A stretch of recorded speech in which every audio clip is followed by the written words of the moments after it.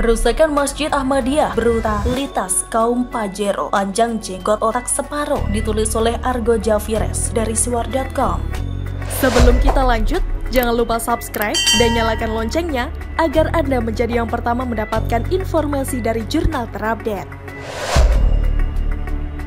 Masjid Miftahul Huda di Desa Balai Harapan, Kecamatan Tempunak, Kabupaten Sintang, Kalimantan Barat, rusak berat, dirusak massa. Masjid tersebut adalah tempat ibadah yang digunakan oleh Jemaah Ahmadiyah Indonesia atau JAI. Ratusan orang kaum Pajero atau panjang jenggot otak separuh mengamuk dan merusak masjid dengan menghancurkan dinding-dinding bangunan dan membakar Masjid Ahmadiyah. Tidak hanya itu saja, mereka juga membakar bangunan yang berada di sekitar masjid tersebut. Kaum Pajero itu mengamuk lantaran pemerintah Kabupaten Sintang hanya menghentikan operasional di tempat ibadah, sedangkan mereka maunya masjid juga harus dibongkar sampai rata dengan tanah. Inilah akibatnya kalau surat keputusan bersama Menteri Agama, Jaksa Agung, dan Menteri Dalam Negeri tahun 2008 tentang Ahmadiyah itu tidak dicabut. Akibatnya selalu fatal hingga saat ini. Aturan tersebut kerap digunakan oleh pemerintah daerah maupun kelompok radikal dan intoleran lainnya sebagai pembenaran untuk melakukan tindakan diskriminatif terhadap warga Ahmadiyah. Dan ini yang terjadi di pemerintah Kabupaten Sintang sebagai imbas dari surat bupati yang berisi penutupan sementara masjid tersebut. Surat itu terbit karena desakan dari masa kaum Pajero, panjang jenggot otak separuh itu. Tidak hanya itu saja, bupati juga menerbitkan surat yang berisi soal siaga darurat konflik sosial isu Ahmadiyah, sehingga justru semakin memperuncing situasi. Kasus perusakan Masjid Ahmadiyah bukan hanya terjadi di Kabupaten Sintang saja, akan tetapi juga pernah terjadi di Masjid Baitul Salam milik Jemaah Ahmadiyah di Desa Gampolan, Kecamatan Pakel, Kabupaten Tulungagung, Jawa Timur.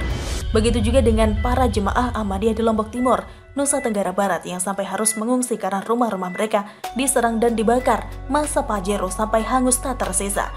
Dari berbagai peristiwa diskriminatif terhadap warga Ahmadiyah, jelas memberi gambaran bahwa di negara Bhinneka Tunggal Ika ini masih saja ada kelompok onta radikal yang selalu bertindak melampaui batas akibat sakau overdosis agama. Parodi yang mereka ciptakan di bumi pertiwi ini penuh dengan sandiwara ala Bohemian Rhapsody akibat ulah pandir arogansi agama. Ulang masjid saja mereka hancurin, apalagi gereja. Mengerikan. Tidak ada hal yang paling menjijikan di dunia ini selain membakar rumah ibadah. Sebab masjid maupun gereja hanyalah tanah, semen, dan batu. Mereka adalah benda mati yang tidak bernyawa dan tidak beragama. Jangankan masjid, gedung gereja yang dirusak, dibakar, dihancurkan, serta di BOM saja sudah lebih dari 1000 gereja. Membenci keyakinan yang diimani oleh orang lain adalah perilaku biadab yang tololnya super kuadrat akibat egoisme agama dan perilaku eksklusif kaum minoritas dalam kehidupan keberagaman maupun kebinekaan di negara ini. Kebebasan dalam demokrasi akhirnya menjadi sesuatu yang amat rumit dan tidak sederhana akibat terjebak dalam siklus depresi para pecandu kencing onta yang tidak tahan melihat keyakinan umat lain dianut di depan mata tanpa sekat dan batas tirani. Sedangkan demokrasi di negara ini tidak pernah membenarkan pengekangan yang melahirkan ketidakwarasan dan kesintingan yang melampaui batas brutalitas dalam kehidupan hari lepas hari di negara yang menganut pluralisme ini. Di negara ini, para kaum Pajero diracuni berbagai pola berpikir distorsi yang merusak dan cenderung penuh dengan angkara murka bila mana menyangkut persoalan agama dan keimanan yang dianut orang lain. Mengelola manusia tipikal Pajero model begini ini memang tidaklah mudah bagi negara di mana kebebasan dan kebodohan di antara mereka kadang berjarak tersamar.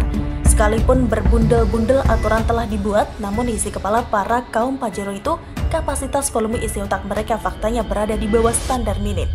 Sejarah mencatat bahwa manusia sinting yang bertindak dengan gaya penghakiman bertopengkan bela agama. Padahal masalah perbedaan keyakinan tidak bisa dijadikan dasar untuk menghancurkan rumah ibadah yang notabene adalah benda mati.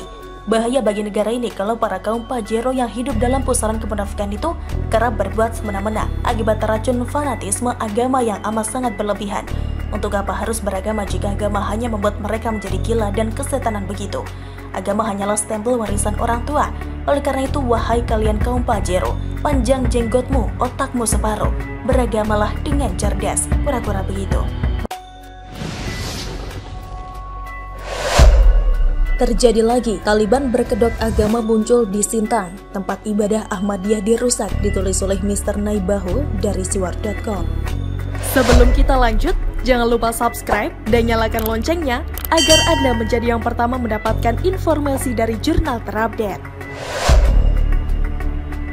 Hari ini di beranda Twitter saya berseliweran sebuah video yang menggambarkan rumah terbakar. Di belakang rumah itu berdiri masjid yang berukuran sedang dengan atap bercat warna biru mengalami kerusakan, dan di depan bangunan yang dibakar itu berkerumunan sejumlah massa yang terlihat gembira usai melakukan pembakaran dan perusakan masjid. Terlihat massa yang hadir berusia muda tanggung alias kalau dikategorikan masih umur sekolah atau mahasiswa. Mereka sambil berteriak-teriak, takbir, dan berkata dengan jelas bahwa tugas mereka untuk membakar dan merusak masjid telah selesai, dan sekilas ada pesan untuk pemerintah daerah maupun pusat agar Muhammadiyah tidak melakukan aktivitas di tempat tersebut.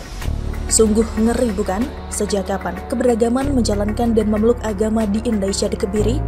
Walau Menteri Agama Yakut Khalil Qomas mengecam perusakan tempat ibadah Jemaah Ahmadiyah di Kabupaten Sintang, Kalimantan Barat oleh sekelompok orang, pun Menteri Koordinator Bidang Politik, Hukum, dan Keamanan Menko Polhukam Mahfud MD meminta agar peristiwa kerusakan Masjid Ahmadiyah di Kabupaten Sintang, Kalimantan Barat bisa segera diselesaikan sesuai hukum dan perundang-undangan yang berlaku.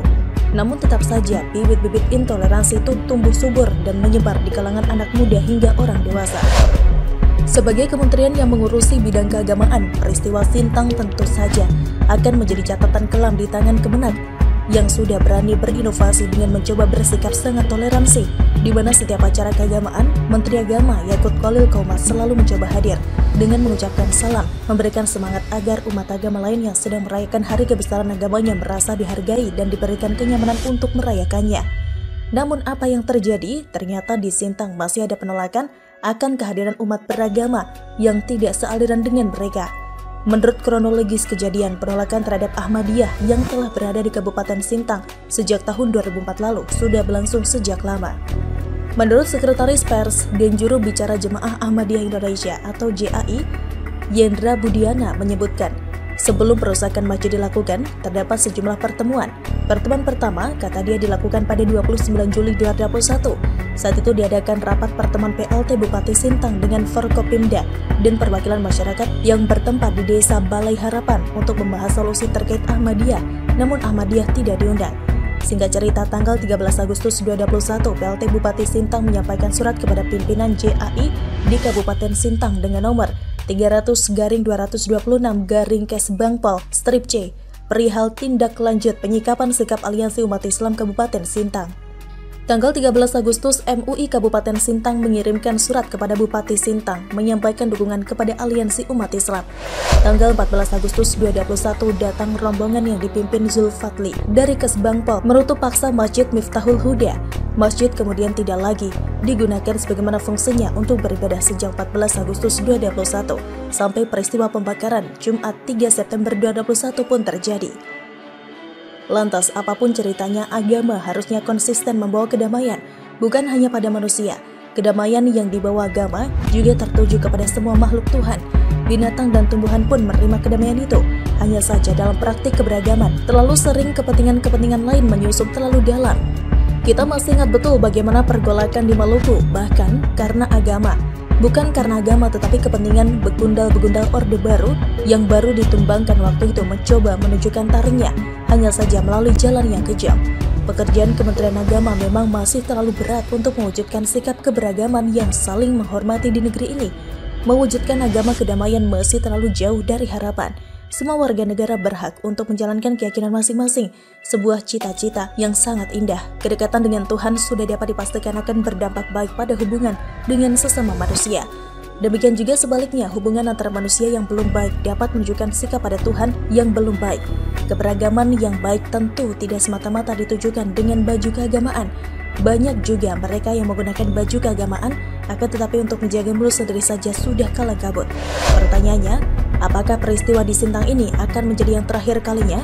Berharap sih ya, tapi perjalanan menuju itu harus ada kerja keras. Tanpa kerja keras bersama mewujudkan kehidupan beragama yang damai akan sulit terwujud. Saya kok malah teringat dengan apa yang terjadi di Afghanistan sekarang ya. Mereka yang mengaku Taliban dengan senang hati dan dengan gampang saja menghabisi, dan membakar. Tidak hanya yang berbeda agama, tapi beda aliran saja mereka hajar. Namun terkadang kepentingan politik mereka benturkan dengan agama sehingga ketika agama dibawa-bawa, persoalan paling sensitif, maka yang terjadi adalah pergolakan dan peperangan. Bahkan akibat agama dibawa-bawa, maka yang seiman pun jadi tidak seiman. Contoh nyata dalam Pilgub DKI 2017 lalu, kita tidak boleh menutup mata ketika seorang nenek yang memilih Ahok harus ditolak jenazahnya. Sungguh kerdil pemikiran orang-orang tersebut, dan itulah cikal bakal dari Taliban tadi, tidak mau menerima perbedaan. Salah satu sahabat Nabi, Umar bin Khattab, pernah menolak ketika ditawari oleh seorang pendeta untuk melaksanakan sholat di gereja pada saat penyerahan kota Yerusalem, karena ajaran agama memang menghormati semua agama yang ada. Kelicikan berpikir yang kemudian justru memanfaatkan agama untuk kepentingan lain seperti kepentingan politik. Bahkan, patung-patung di Mesir pun dilarang untuk dihancurkan ketika tentara Islam memasuki wilayah tersebut. Jadi ketika Taliban menghancurkan patung di Bamiyan, hanyalah kepentingan politik belaka. Sedih saja jika ada hambatan siapapun untuk melakukan ibadah pada Tuhannya. Ibadah pada Tuhan adalah kebutuhan siapapun, sehingga harus kita hormati bersama. Ingat, musuh bangsa ini bukanlah orang yang mencoba taat beribadah. Musuh bangsa ini adalah korupsi yang tidak mengenal kata mati. Oleh karena itu, setuju dengan Menak Yakut, insiden yang terjadi di Sintang, Kalimantan Barat adalah ancaman nyata bagi kerukunan umat beragama. Oleh karena itu, proses hukum wajib ditegakkan. Bagaimana menurut Anda? Silahkan tulis komentar di kolom komentar. Jangan lupa untuk like, subscribe, dan share. Arkana pamit, sampai jumpa.